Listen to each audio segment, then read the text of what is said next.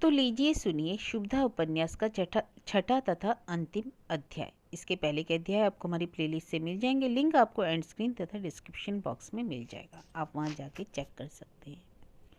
जयावती तो मर गई किंतु उसकी माँ जिंदा थी। नारायणपुर से उत्तर की तरफ कुछ दूरी पर वासपुर नामक एक गांव में उसका घर था।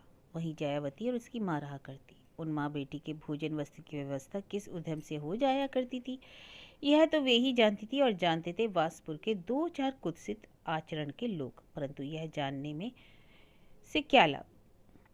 जयावती उसी प्रकार वासपुर में कुछ दिनों तक अपना निर्वाह करती रही। आखिर में पता नहीं किस तरकीब से नारायणपुर के जमींदार साहब के कि स्वयं अपने रहने की कोठी में एक कोने में स्थान प्राप्त कर लिया। जब उसे स्थान मिला तो माँ भी आ गई। तब माँ बेटी ने मिलकर अपनी गृहस्थी बांध ली, परंतु जयावती की माँ के भाग्य अच्छे नहीं थे। इससे 5 महीने में ही माँ बेटी में कलह आरंभ हो गया। कुछ दिनों के बाद तो यह स्थिति आ गई कि कैसे दोनों समय बाकायदा चिल्लाकर परस्पर एक दूसरे की का सामना तथा शीघ्र ही इस संसार के बंधन से मुक्ति प्राप्त करने की विशेष प्रार्थना किए बिना पानी तक नहीं पिया करती थी। इस हालात में दिन बीतते चले गए और परस्पर लड़ते झगड़ते 6 महीने उन दोनों ने बिता दिए। अंत में जयावती की माँ को राजभवन में निवास करने के लालसा का परित्याग करना पड़ा और अपना जो पुराना घर छोड़कर आई थी उसी में जाकर उसने फिर डेरा डाला। वहां से जाने के लिए संभवतः उसे नित्यांत ही बाध्य किया गया था। बात यह है कि जिस समय वह राजप्रसाद से निकलकर अपने निवास स्थान की ओर चली उस समय बहुत ही कठोर होकर छाती पीट रही थी। साथ ही जयावती भी काफी जोर जोर से उसकी अकल्याण कामना प्रकट कर रही थी। यह देखकर किसी के भी हृदय में यह धारणा नहीं उत्पन्न हो सकती कि उसने स्वेच्छा से अपने घर की राह ली। जिस दिन जयावती की माँ कोठी से निकली थी, जमींदार सुरेंद्रनाथ ने सब नौकरों से कह दिया कि यह यहाँ पर फिर नजर नहीं आनी चाहिए, लेकिन उनकी इस आज्ञा का कोई फल ना हुआ। जयावती की माँ का आना जाना बराबर लगा ही रहा। वह प्राय आया भी करती और भीतर तक पहुंच जाती, किंतु आना उसका हुआ करता बेकार। आकर वह तरह तरह की गालियां बकती, जयावती को शाप देती, बहुत को उसकी भी गालियां सुनने तथा उसके द्वारा अभिशप्त होने पर क्रोध में आकर जोर जोर से छाती पीटती, माथे के बाल नोचती और आखिर में जमींदार के किसी नौकर से झाड़ प्राप्त करके उसे वासपुर को लौट जाना पड़ता। परंतु हर 1 महीने या 2 महीने के बाद ऐसा अवश्य होता। संभव है कि ऐसा करके भीतर ही भीतर कुछ लाभ भी उठा लिया करती, या अन्यथा केवल गालियां सुनने गला पकड़कर निकाले जाने से इतना परिश्रम करके वह इतनी दूर तक तो आती नहीं। वह जैसे चरित्र की स्त्री थी, उसके कारण तो वह सब कहीं कम कलेश सहन करके उपार्जित कर सकती थी। वैसे वो कई बार अपनी बेटी को देखने के लिए भी आ जाया करती थी। समय बराबर बीतता रहा। अंत में एक दिन जयावती की माँ के कानों में संवाद पहुंचा कि जयावती ने गंगा में समाधि लेकर अपनी लीला समाप्त कर दी। इस संवाद का पहुंचना था कि अपने ऊंचे गले के क्रंदन से उसने पास पड़ोस वाले सबको अपने दरवाजे पर इकट्ठा कर लिया। दूसरे दिन रात्रि का अंधकार दूर होते ही जया की माँ ने नारायणपुर की राह ली और कर्मशः वह अंधकार दूर होते होते नारायणपुर पहुंच गई। वही सड़क थी, वही गलियां, वही पेड़ों की कतारें, सारी वस्तुएं चिर परिचित थी। जया की माँ के मन में यह बात आई कि इसी रास्ते से होकर मैं जाया करती थी और इसी तरह छाती पीटते पीटते लौट भी आया करती। जिससे मेरा झगड़ा हुआ करता था वह तो अब संसार में नहीं रही। इससे अब वैसा झगड़ा ना हो सकेगा। इस तरह छाती भी नहीं पीट पाऊंगी। यह सब बातें सोचते सोचते जयावती की माँ के मन की वेदना बढ़कर अत्यधिक हो गई। इसके कारण वह दुखी होकर 1000 गुना अधिक चिल्लाहट से उसे शांत करती हुई चली जा रही थी। जिसके दरवाजे पर से होकर वह निकलती, उसे सैकड़ों काम छोड़कर भी कम से कम एक बार खिड़की के पास आना ही पड़ता। इसी तरह चलते चलते वह सुरेंद्र बाबू के महल के सामने पहुंच गई। जया की कितनी स्मृतियां उसमें जड़ित थी। जया की माँ ने अब अपने रुदन के वेग में और भी कई गुना अधिक वृद्धि कर ली। सदर फाटक से पहले कभी घुसने नहीं पाती थी। बात यह था कि बाबू साहब ने उसको आने की मनाही कर दी थी, परंतु आज वह शेरनी की तरह दौड़ती हुई घुस आई। चौकीदारों में से किसी को भी रोकने की हिम्मत नहीं। प्रायः वे भी सभी 10 हाथ पीछे हट गए। उस समय सुरेंद्र बाबू भोजन से निर्वृत्त होकर विश्राम करने का प्रयत्न कर रहे थे। कानों में चिल्लाहट पहुंचते ही सुरेंद्र नाथ ने समझ लिया कि जया की माँ का तूफान आ गया। उनके पास पहुंचते ही वह झटपट प्रार्थना कर बैठी, मेरी जयावती को तो मुझे वापस कर दो। उसके बाद उसने सैकड़ों प्रकार की प्रार्थनाएं की, सैकड़ों प्रकार की इच्छाएं प्रकट की, उल्हाने दिए और जवाब तलब भी किया। इसी प्रकार तरह तरह से उसने सुरेंद्रनाथ को परेशान कर डाला। कभी माथा पीटती, कभी छाती पीटती, कभी सिर के बाल उखाड़ती। इस प्रकार उसने और भी कैसे कैसे कृत्य किए। अंत में जया की माँ ने यही कहकर इस संघर्ष का क्रियाकलाप समाप्त किया कि मेरे पास अब एक पैसा नहीं है जिसके द्वारा मैं अपनी जीविका चला सकूं। अगर आप कृपा ना करेंगे तो मुझे भूखों मरना पड़ेगा। उस अवस्था में संभव है मैं भी फांसी लगाकर जयावती के पास चली जाऊं। सुरेंद्र बाबू ने कहा, जो होना था वह तो हो गया। अब यह बतलाओ कि किस प्रकार की व्यवस्था से तुम्हारा निर्वाह हो सकेगा। आंखें पहुंचकर जया की माँ बोली, भैया थोड़े में निर्वाह हो जाएगा। मैं विधवा हूँ, कोई खर्च नहीं है। फिर भी कितने रुपए चाहती हो? हर महीने 15 रुपये मिलते रहने पर मेरा निर्वाह हो जाएगा। सुरेंद्रनाथ बोले, इतने रुपये मिलते रहेंगे जब तक तुम जीवित रहो। हर महीने आकर कचहरी से रुपए ले जाया करो। तब जया की माँ ने बहुत बहुत आशीर्वाद दिए, बहुत सी संतोषप्रद बातें कहीं और फिर प्रस्थान किया।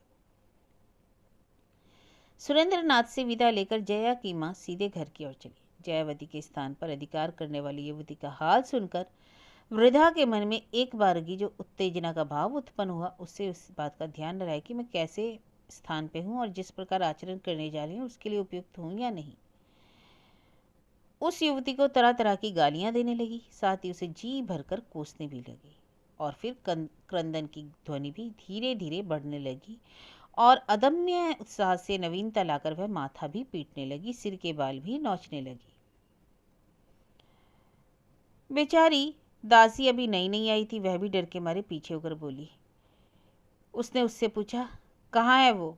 वहां पर। जया की माँ ने जैसा प्रश्न किया था वैसा ही उत्तर उसे मिला। दासी जिस प्रकार प्रश्न समझ नहीं पाई थी उसी प्रकार जया की माँ को भी उत्तर नहीं मिला। दासी की तरफ पहले ही की तरह देखकर बोली, कहाँ?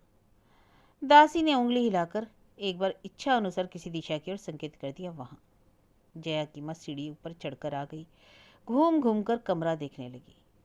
किसी भी कमरे में भेंट नहीं हुई, परंतु कमरों की सजावट तथा उसमें बहुमूल्य सामग्री को देखकर वह चकित हो गई। कैसी अनुभव शोभा है यहाँ! उत्तम उत्तम वस्तुएं रखी हुई हैं। पहले भी तो सुरेंद्र बाबू के यहाँ आई थी, काफी समय रह भी चुकी हूँ, पर इस तरह का ठाठ बात तो नहीं देखा। अब तो उसकी जीवा नागिन की तरह फुफकारने लगी। उसके मन ही मन बात आने लगी कि सभी वस्तुएं जयावती की होती, ये कौन जाने कहाँ से आ गई।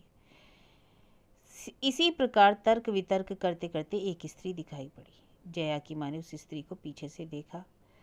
उसके अपने मन में यह धारणा बनाई कि यह कोई परिचारिका है। उसे पुकार कर कहा, क्यों जी, तुम्हारी मालकिन कहाँ है?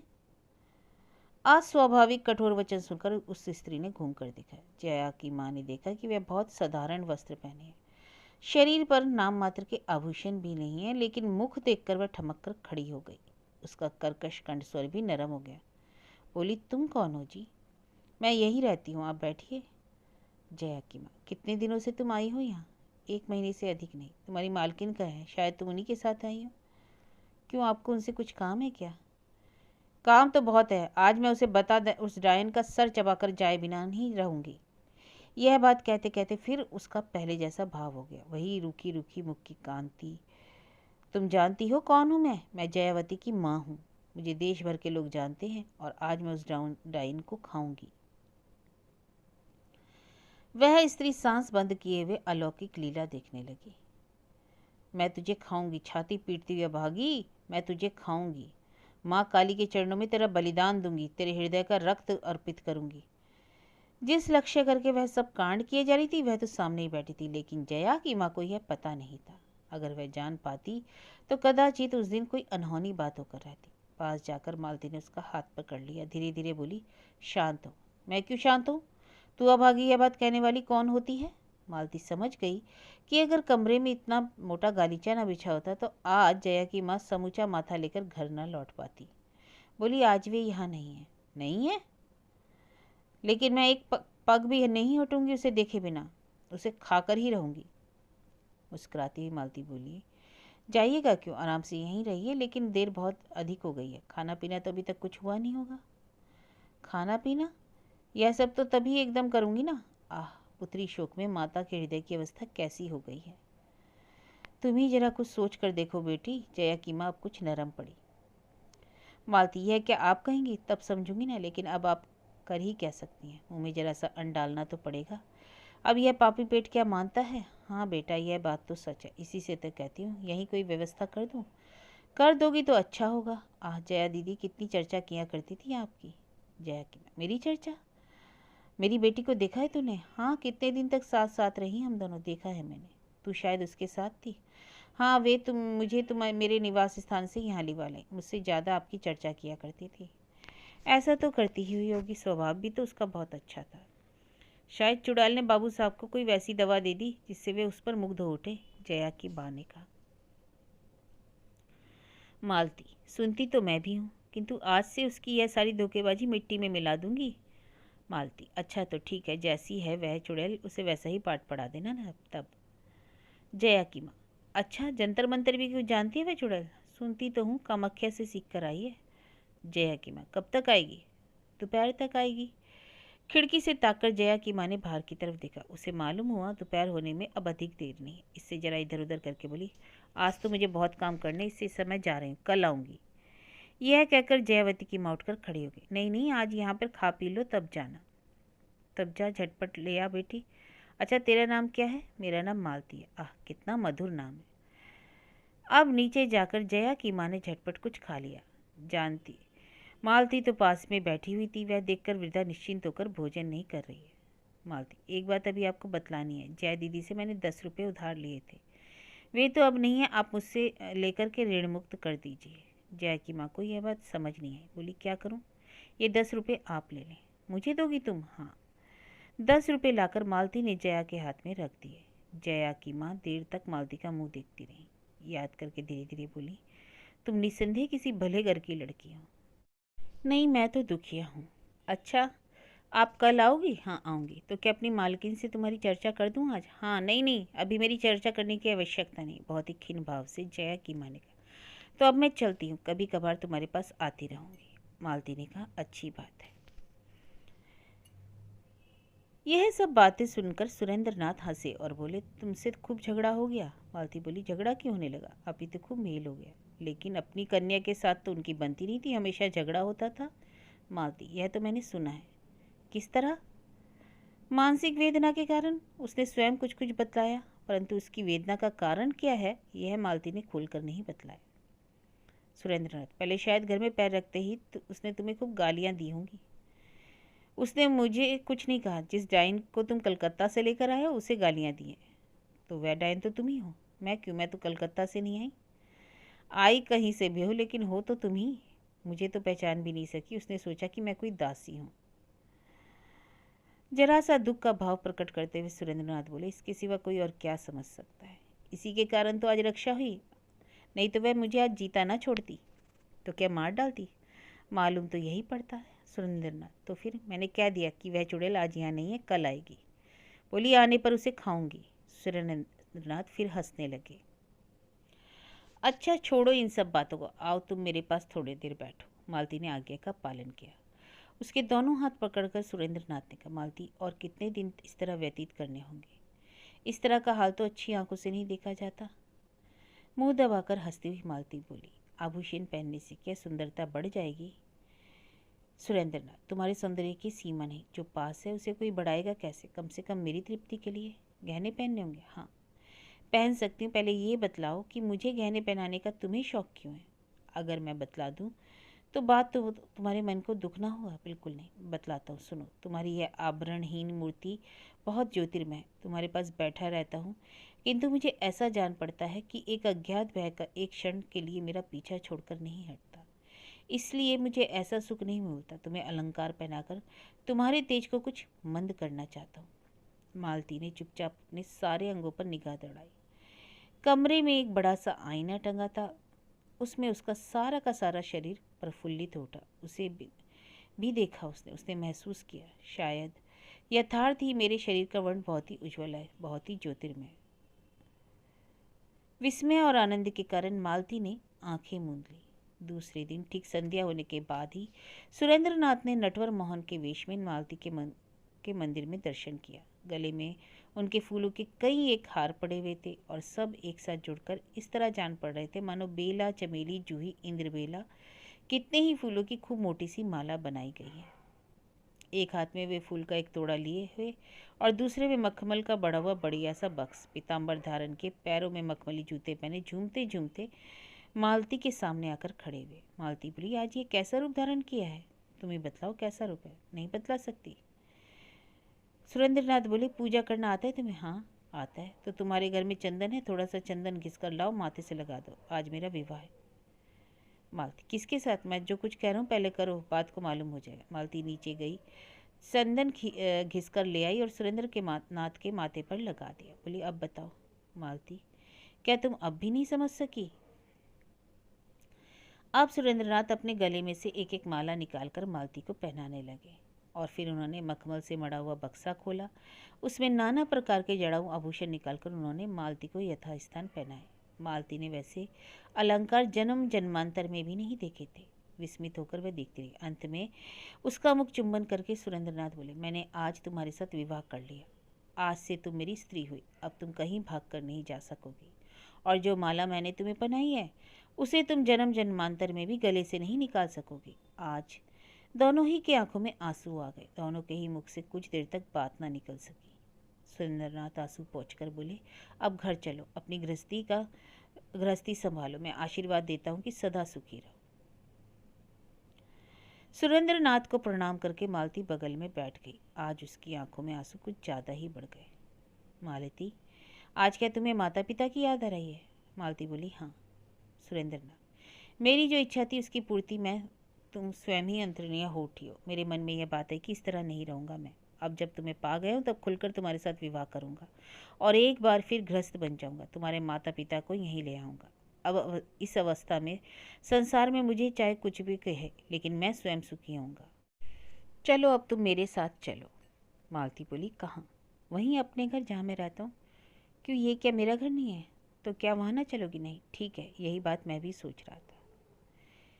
यह बात सच है कि दुख के दिन देर से कटते हैं, किंतु कट जाते हैं, बने नहीं रहते। माधव की मृत्यु हो जाने पर शुभदा के भी बहुत से दिन कट गए। परिवर्तन के बिना संसार नहीं चलता, इस बात को सभी समझते हैं, केवल शुभदा के सृष्टिकर्ता नहीं समझते। जन्म से लेकर आज तक शुभदा इस बात को सोचा करती। इस बात को सोचने वाले दूसरे व्यक्ति थे सदानंद चक्रवर्ती। पास पड़ोस में 10 आदमी देखा करते। शुभदा स्नान करके घाट पर से जा रही है, पानी से भरी हुई कलश बगल में दबाए धीरे मंथर गति से कांपती है।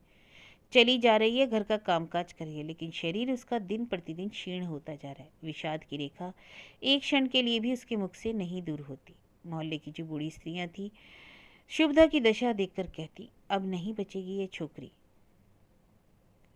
और फिर उसकी हमजोली कहती, इस तरह का भाग्य शत्रु का भी ना हो। और पीठ पीछे शुभदा के संबंध में सभी लोग आह भरते, परंतु जब वह उपस्थित रहती तब उस प्रकार की बात किसी के मुंह से निकलती नहीं। उन सबको महसूस होता कि आह भरने की बात शुभदा की मानसिक अवस्था के लिए शुभ नहीं,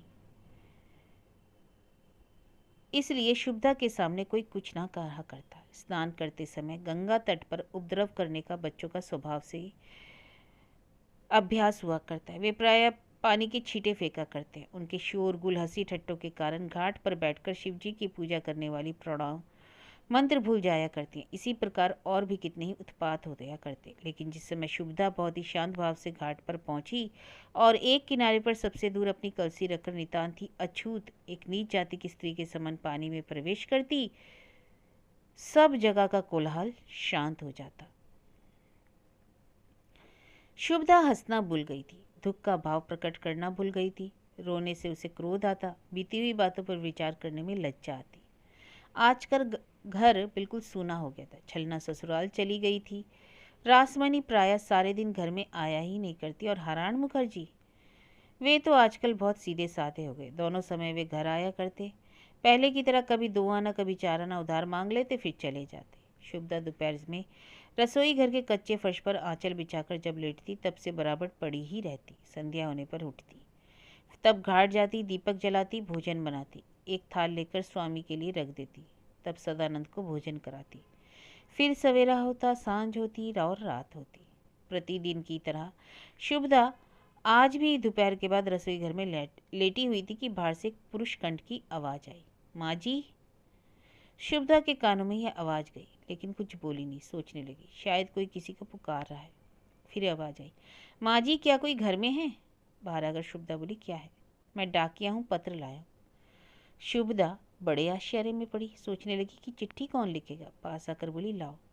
ऐसे नहीं पाओगी माँ जी, यह रजिस्ट्री चिट्ठी है, श्री शुभदा देवी के नाम से आई है, उन्हें हस्ताक्षर करने होंगे। शुभदा की समझ में रजिस्ट्री का अर्थ ठीक ठीक ना आ सका। वो बोली, लाओ, मेरा ही नाम शुभदा है। डाकिया चिट्ठी देकर रसीद लेकर चला गया। भीतर जाकर उसने खोलकर देखा, 50 रुपए के नोट उसमें रखे थे। शुभदा ने सोचा, यह पत्र किसी का होगा, शायद डाकिया मुझे भूल से दे गया है। उसे बुलाने के लिए घर से निकली, लेकिन डाकिया बहुत दूर चला गया। वह यहाँ की बहू थी, इससे चिल्लाकर पुकार ना सकी। नोट लेकर उसे स्वभावतः भीतर लौट जाना पड़ा। वह सोचने लगी कि जरा देर में अपने आप दौड़ा आएगा, परंतु ऐसा नहीं हुआ। वह ना तो उस दिन आया न दूसरे दिन। तब शुभदा ने यह बात सदानंद को बतलाई। सदानंद ने लिफाफे को ध्यानपूर्वक देखा, बात को बोला, भूल नहीं हुई है, इस गांव में आपके नाम की कोई और स्त्री नहीं। साफ लिखा हुआ हरान मुखोपाध्याय महाशय का मकान, चिट्ठी आपकी है। यह कलकत्ता में आपका कौन है? कलकत्ता में तो मेरा कोई नहीं। दूसरे दिन सदानंद डाकघर में आया। वहाँ पूछताछ करके उसने मालूम किया कि रुपए कलकत्ता से अघोरनाथ बसु वकील ने भिजवाए हैं। आश्चर्य से चकित होकर शुभदा बोली, मैं तो इस नाम के किसी व्यक्ति को नहीं जानती। तो फिर तुम ही कोई उपाय करो। सदानंद हंसकर बोला, उपाय क्या करना है? रुपए लेने की इच्छा करना हो तो लौटा दो। शुभदा, भैया जब साथ में लड़का लड़की थे तब उन सबको भूखों मरना पड़ता था, तब भी शायद मैं ये रुपए न लेती। इस समय मुझे क्या दुख जो मैं लेने लगी। ये रुपए मेरे नहीं है, तुम इन्हें लौटा दो। कुछ सोच विचार कर सदानंद ने कहा, मैं कलकत्ता जाकर पता लगाऊंगा। ये रुपए अभी अपने पास रखिए, जब लौटाना होगा तब लौटा दीजिएगा। शुभदा, तुम रुपए साथ लेते जाओ, इसमें सोच विचार करने की आवश्यकता नहीं। इन्हें आंखें मूंद कर लौटा दो। मुमकिन है उन्होंने और किसी के धोखे में मेरे पास भेज दिया। जो कुछ होगा वही जाकर निश्चय करूंगा। शुभदा, ठीक है, वैसा ही करना। अपने ऑफिस के खूब लंबे चौड़े कमरे में वकील अघोरनाथ बसु बैठे थे। सामने मेज पर नारायणपुर के बाबू सुरेंद्रनाथ बैठे थे। मेज के ऊपर मुकदमे के ढेर ढेर कागज पत्तर पड़े थे। एकाग्र मन से वे दोनों आदमी उन्हीं सब मामलों में सोच विचार कर रहे थे। तभी नौकर ने आकर कहा, बाहर एक सज्जन खड़े हैं, आपसे मिलना चाहते हैं। अघोर बाबू बोले, कौन है? नहीं पहचानता, देखने में तो कोई ब्राह्मण पंडित से जान पड़ते हैं। तो जाकर कह दो मैं फुर्सत नहीं। नौकर कुछ देर बाद फिर लौट कर आया और बोला, वे जाना नहीं चाहते, उनका कहना है कि बहुत आवश्यक काम है। अघोर बाबू को और झुंझलाहट मालूम पड़ी। सुरेंद्र बाबू के मुंह की ओर देखते हुए बोले, तो क्या इसी कमरे में बुलवा लूं? हानि क्या है? नौकर को उन्होंने उसी आशय की आज्ञा दे दी।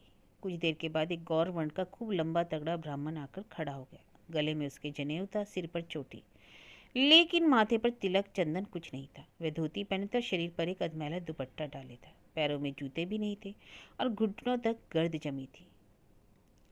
अघोर बाबू ने कहा, आइए बैठिए। पास की चौकी पर बैठकर ब्राह्मण ने कहा, वकील साहब, श्रीमान बाबू अघोरनाथ बसु महोदय से। जी, मेरा ही नाम है। ब्राह्मण, तो आपसे ही मुझे काम है, मुझे कुछ कहना है। क्या यहीं कहूँ? हाँ जी, बिल्कुल निश्चित होकर कही। उसने दुपट्टे की छोर से कागज निकालकर ब्राह्मण ने पूछा, ये रुपए शुभदा देवी के नाम से क्या आपने भेजे हैं? जी हाँ, मैंने भेजे थे। विस्मित होकर ब्राह्मण ने कहा, हलूदपुर के श्री हराण मुखोपाध्याय के पते पर उन्हीं शुभदा देवी के नाम पर? अघोरनाथ, जी हाँ, उन्हीं शुभदा देवी के नाम। ब्राह्मण, किस लिए? जी, मेरे मालिक की आज्ञा से। मालिक कौन है? सुरेंद्र बाबू की ओर जरा से आंख का इशारा करके अघोर बाबू ने कहा, यह बतलाने की आज्ञा मुझे नहीं। ब्राह्मण, तो ये रुपया वापस ले लीजिए। जिनके लिए आपने ये भेजे हैं वे इससे ग्रहण ना करेंगी। आपको नहीं जानती, शायद आपके मालिक को भी ना पहचानते होंगे। इन्होंने यहाँ मुझे इसलिए भेजा है कि मैं आपका पता लगाकर यह नोट वापस कर दूँ। हम लोग यह समझ रहे थे कि आपने भूल से शायद स्थान और पता लिख दिया होगा। अघोर बाबू हंसे। वे बोले, भूल वकील से नहीं होती। ब्राह्मण, ना होती होगी, लेकिन इसे आप वापस ले लीजिए। अघोर बाबू, ये भी नहीं कर सकता, मालिक की आज्ञा के बिना मैं कुछ नहीं कर सकता। तो आप उनसे पूछकर मुझे सूचना दीजिए, मैं और किसी दिन आकर दे जाऊंगा। यह कहकर ब्राह्मण उठने लगा तो सुरेंद्र बाबू ने उनसे पूछा, श्रीमान आपका शुभ नाम? जी, मेरा नाम सदानंद चक्रवर्ती है। सुरेंद्रनाथ चकित हो उठे। कुछ देर तक मौन भाव से देखते रहने के बाद उन्होंने कहा, श्रीमान यहाँ कहाँ ठहरे हैं? सदानंद, कहाँ ठहरूंगा, अभी कुछ निश्चय नहीं है, मैं सीधे यहीं चला आया हूँ, शायद आज ही लौट जाऊँ। सुरेंद्रनाथ ने अघोर बाबू से कहा, अच्छा तो अब मैं चलता हूँ, रात में फिर आऊँगा। बाद में सदानंद की ओर देखकर वो बोले, मुझे आपसे कुछ बातें करनी है। सदानंद, कहिए। यहाँ नहीं, मेरा मकान पास ही है, यदि आपत्ति ना हो तो वहीं चलने की कृपा कीजिए। सदानंद को इसमें आपत्ति नहीं हुई। दोनों व्यक्ति आकर गाड़ी में बैठे। बैठने पर सदानंद ने कहा, इससे पहले भी मैंने आपको देखा है, ऐसा मालूम पड़ता है, किंतु आपने मुझे कहीं देखा है? सुरेंद्रनाथ, जी नहीं, मैंने आपको कभी नहीं देखा, लेकिन मैं आपको जानता हूँ। तो आप किस प्रकार जानते हैं मुझे? सदानंद ने आश्चर्य से पूछा। सुरेंद्रनाथ, मकान पर चलिए, वहीं बतलाऊंगा। कुछ देर में गाड़ी मकान पर पहुंच गई। सुरेंद्र बाबू ने कहा, मैं भी ब्राह्मण हूँ, भोजन का समय है, इससे यदि आप यहीं भोजन कर ले तो कोई हर्ज है? जी बिल्कुल नहीं। अंत में दोनों आदमी भोजन करने बैठे। तब सुरेंद्रनाथ के कहा, शुभदा देवी तो निर्धन है ना?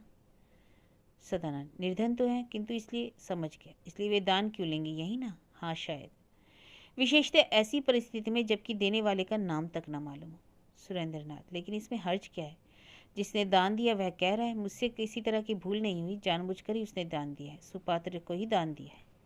सदानंद, लेकिन प्रश्न यह है कि वह दान दिया किसने है? मान लीजिए अघोर बाबू ने ही वह दान दिया हो। सदानंद, अघोर बाबू को क्या अधिकार है?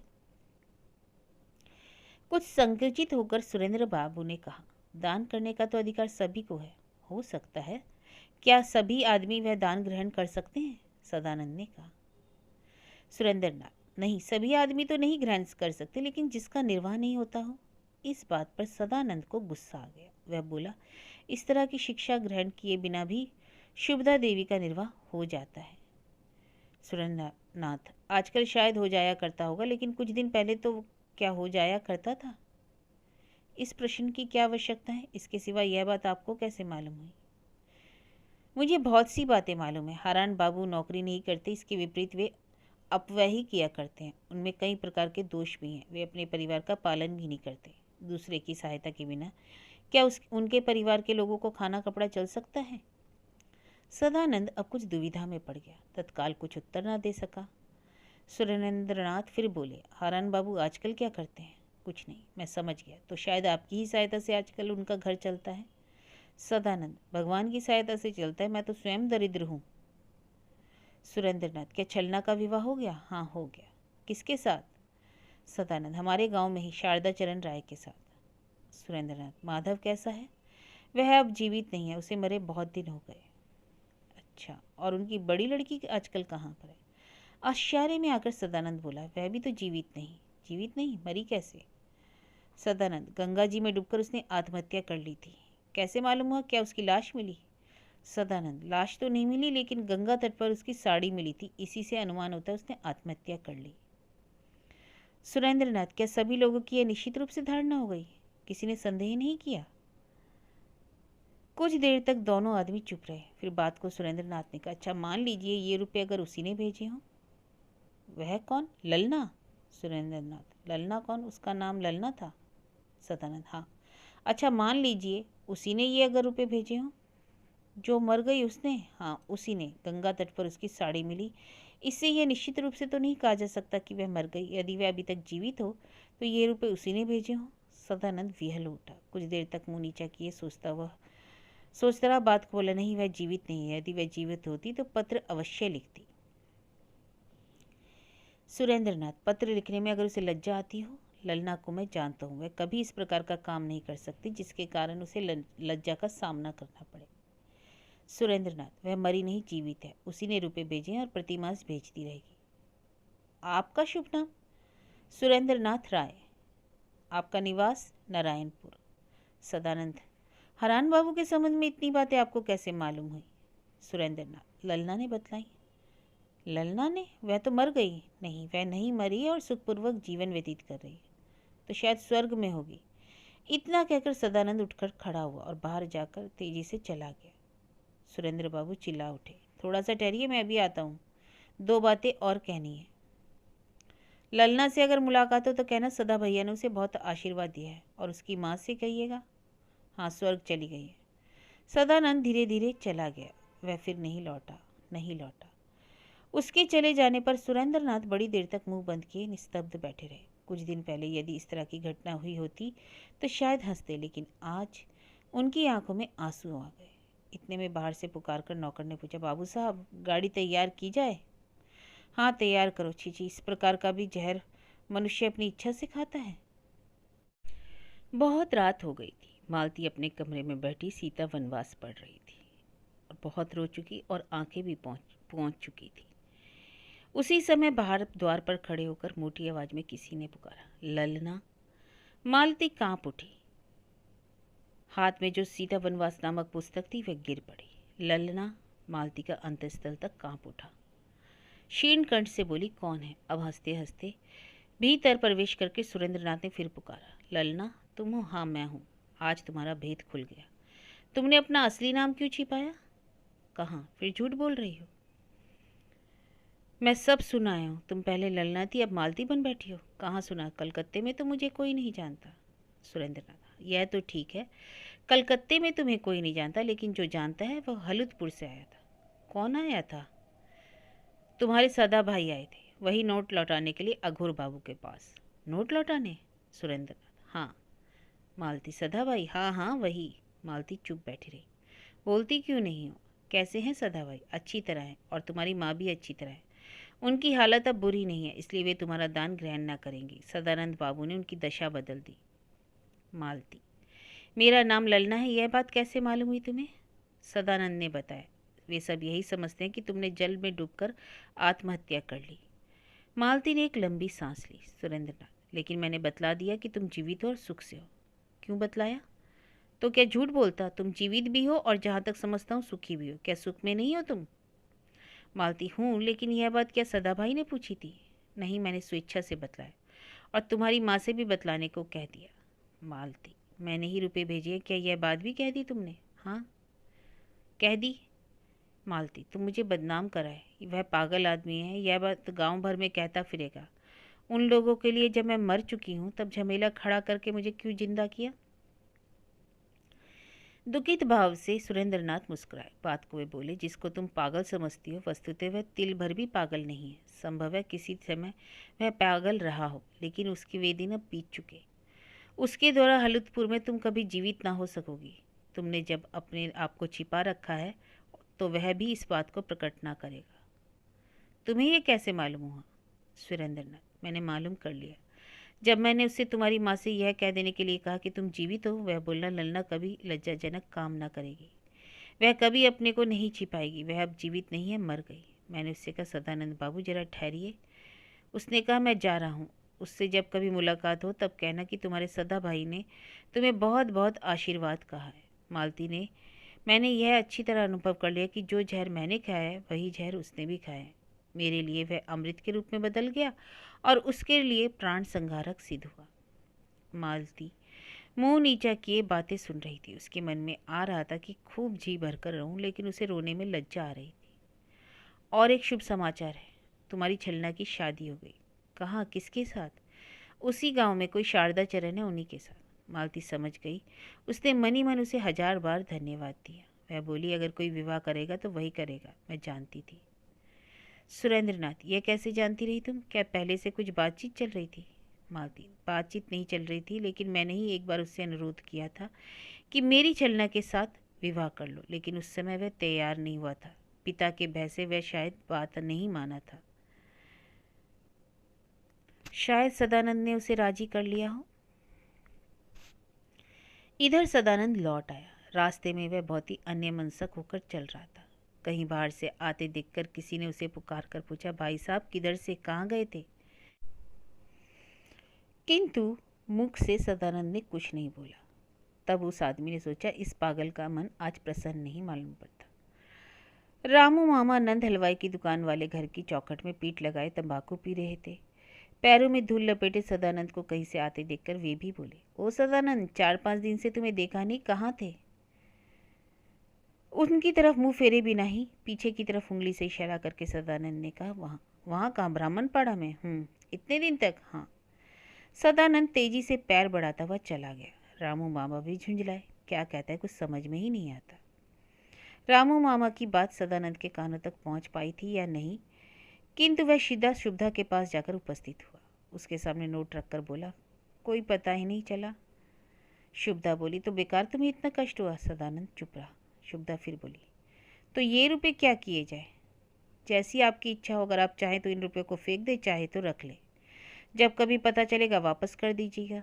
विवश होकर शुभदा ने उन नोटों को संदूक में रख दिया। सदानंद ने पूछा, हरान काका कहाँ हैं?